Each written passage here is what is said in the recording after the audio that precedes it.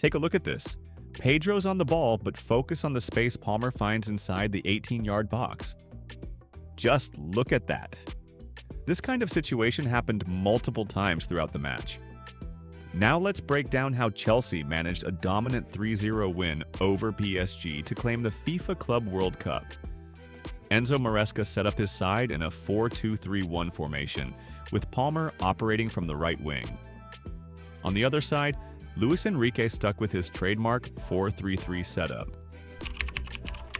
In their build-up play, PSG looked to progress the ball from the back by using both fullbacks, Hakimi and Mendes, pushing high up the pitch while Vitinha dropped into the defensive line to receive the ball.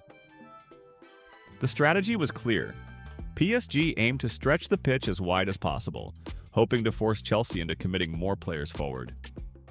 This would create space for their attackers to exploit with runs in behind the defensive line. Here, for example, you can see Caicedo stepping up to press Hakimi, which triggers Cucurella to push forward and press Fabian. This sequence leaves open space for Désiré Doué to make a run in behind. If Chelsea chose not to commit more players, PSG's wide structure would stretch their press, opening up central passing lanes. To counter this, Chelsea adopted an aggressive man-to-man pressing approach. They didn't allow PSG players time on the ball, constantly applying pressure and forcing rush decisions. As a result, PSG resorted to quick-through balls, which were largely ineffective against Chelsea's well-organized defense.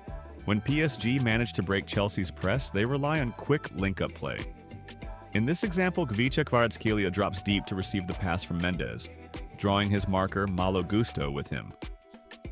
This movement creates space in behind, which Mendes exploits to launch an attack against Chelsea's exposed backline. When PSG bypass Chelsea's press, they often look to push one or both fullbacks, Mendes and Hakimi, into the channels, while their wingers, Kvaratskhelia and Désiré Doué, stay wide.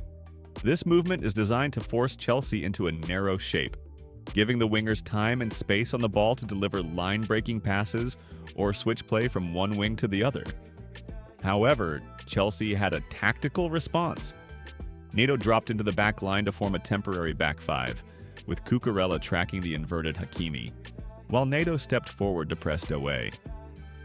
This meant Chelsea shifted between a 4-4-2 and a 5-4-1 shape, depending on PSG's attacking structure. PSG also attempted to exploit the right flank by switching play quickly from the left to find Kvaratskhelia in space. This was particularly effective because both Malo Gusto and Palmer were often positioned higher up the pitch, leaving Chalobah isolated on the right-hand side. One of these switches nearly resulted in a goal, if not for Sanchez's outstanding save. Chelsea typically build from the back using short passes to gradually progress up the pitch. Aware of this pattern, PSG pressed high in Chelsea's half to disrupt their rhythm. In response, Chelsea adapted by spreading their defense.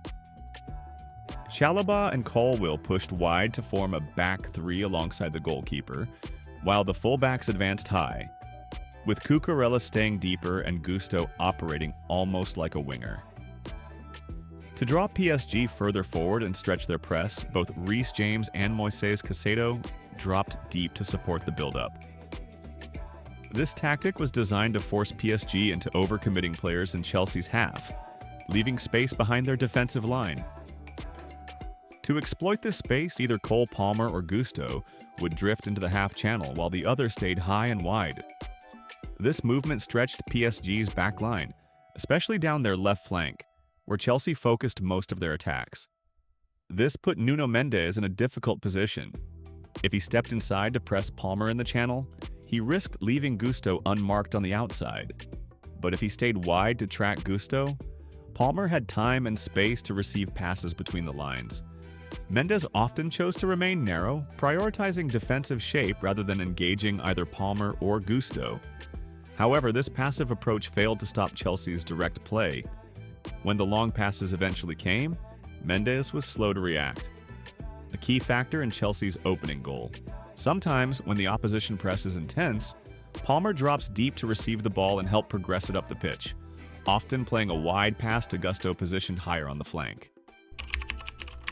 In attack, Chelsea often rely on long balls to create artificial counterattacks, capitalizing on misplaced passes or interceptions to launch forward. This was evident against PSG, where Chelsea attempted around 48 long balls. A large portion of their attacks came from the right wing, with Gusto and Palmer being the primary recipients of these through balls. Neto frequently dropped deeper to provide defensive cover during these transitions. Once Sanchez successfully launched a long ball, Gusto would use his pace to exploit PSG's disorganized backline, usually a back three of Mendes, Beraldo, and Marquinhos, forcing them deeper into their own box. This movement created space at the edge of the area for a late run from Palmer, who often found himself free and unmarked in a shooting position.